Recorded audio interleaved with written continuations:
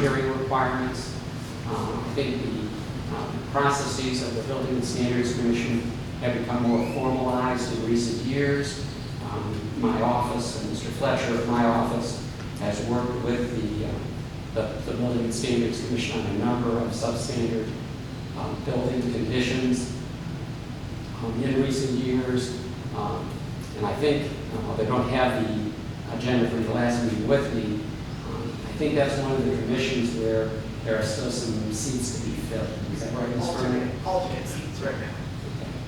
So that's an important body because they're your eyes and ears on making the community's appearance and safety, and enhancing appearance and safety.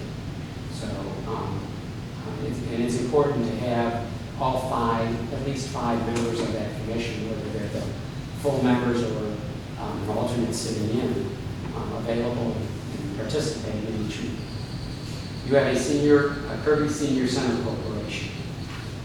This corporation was formed under Article 1528L of the Texas Civil Statutes and Chapter 394 of the Local Government Code. It operates the Senior Center on Allen Shepherd. It is a separate nonprofit local government corporation. It has a board of at least 5, but not more than 9 directors, each appointed by the City Council. All board members must be residents of the city. The City Council must approve any amendments to the corporation's articles of incorporation or bylaws. And if more than 3 members of the City Council attend a meeting of the Center Board, it will require separate notices, either a posted notice of the City Council or a notice of a possible quorum.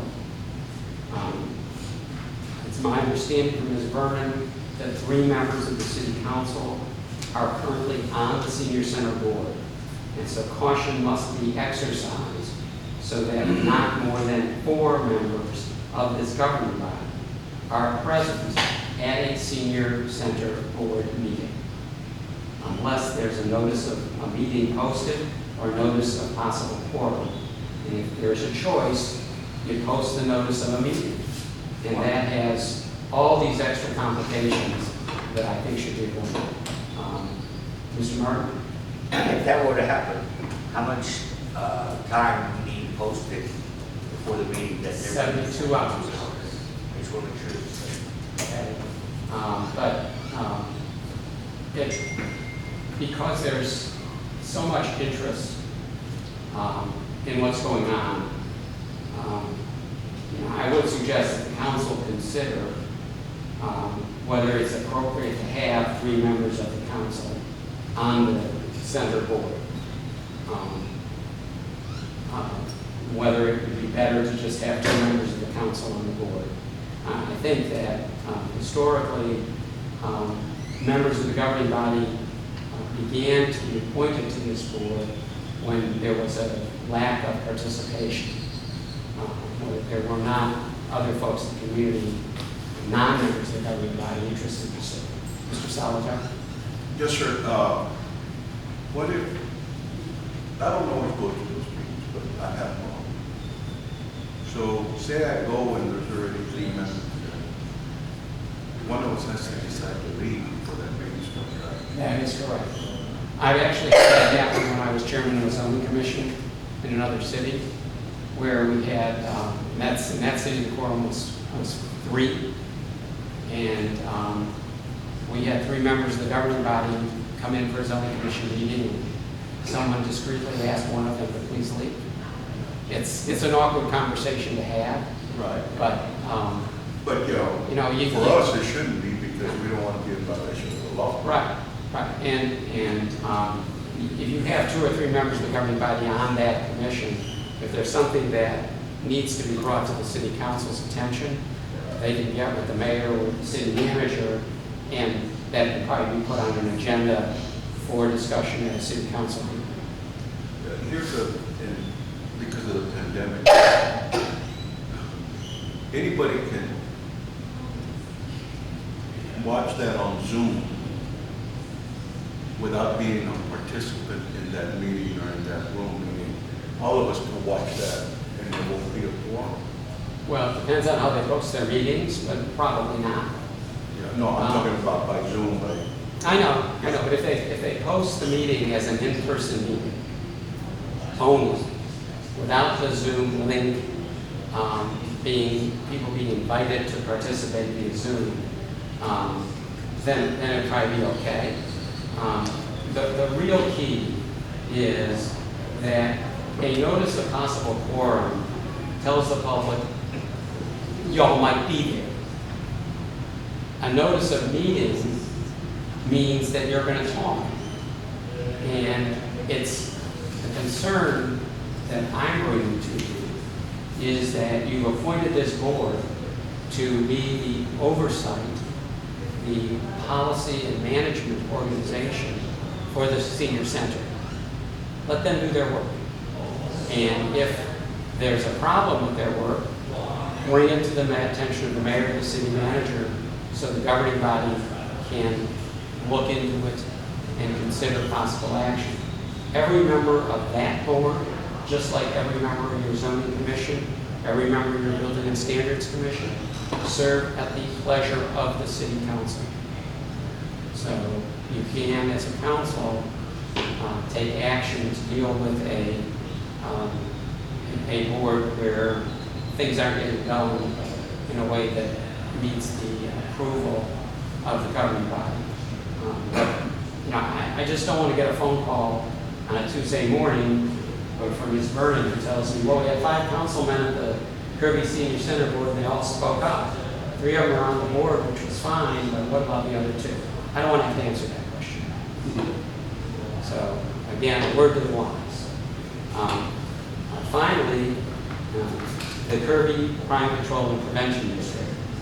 This isn't a commission, it's a district. It was created by a vote of the citizens, and it has a 7-person board of directors, again, appointed by the city council for staggered 2-year terms. By virtue of the election, the district receives sales tax revenue, and it is authorized to make expenditures consistent with the provisions of the governing statute, which is in Chapter 363 of the Local Government Code. Those expenditures are obviously for crime control and prevention.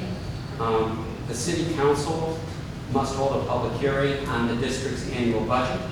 It gets to vote on approval or rejection of that annual budget, but that's all. You are not permitted as a city council to amend their budget. If you are not happy with their budget, you reject their budget, and it goes back to their board. There are some pretty tight time limits, different from a city budget, for the Crime Control and Prevention District's budget. They are hard to meet because they're just so long, so much lead time is required.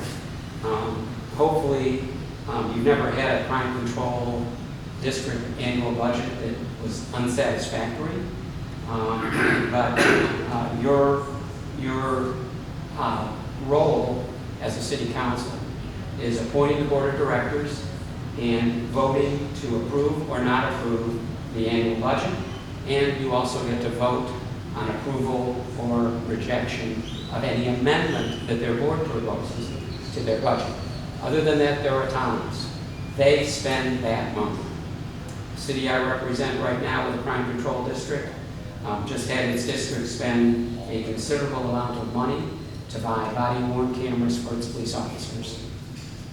That was strongly recommended by the police chief and the city staff, and was not in the city police department budget, but the Crime Control and Prevention District was able to find the dollars to get body-worn cameras and all the technological things that go with them,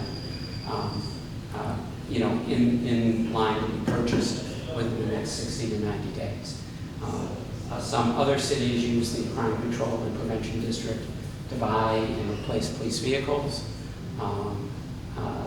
It's an ability to use a small amount of sales tax revenue for a dedicated purpose which enhances public health and safety and takes some of the pressure off of the city budget. Moving to a few other matters, some things that commonly come up in discussions I've had with cities, both the city councils and city managers. Can the city make a gift? No. Generally speaking, the city cannot give away city property. Any exception in regard to the gift is that you must justify, and I mean document in a formal way, what the public purpose is for a gift. I discourage that.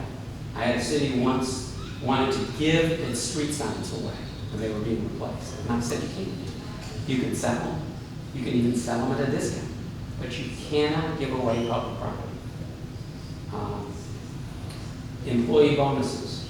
Often city councils want to recognize exemplary service by any number of employees and feel that that's an appropriate use of city dollars to provide a thank you and an incentive to help people feel good about their jobs. Unfortunately, employee bonuses are generally not permitted unless you follow a very specific and very public policy describing the bonus, justifying why the bonus is being given, and it has to be done in an open meeting like this. So it's usually not done. You can enter into a contract with an employee with certain incentives, but you can't just change the deal. A bonus is considered to be payment for prior services, and that's what they got paid for already. A lot other times I'm asked, well, can we do this by resolution or do we have to do an ordinance? You need to do an ordinance to amend an existing ordinance.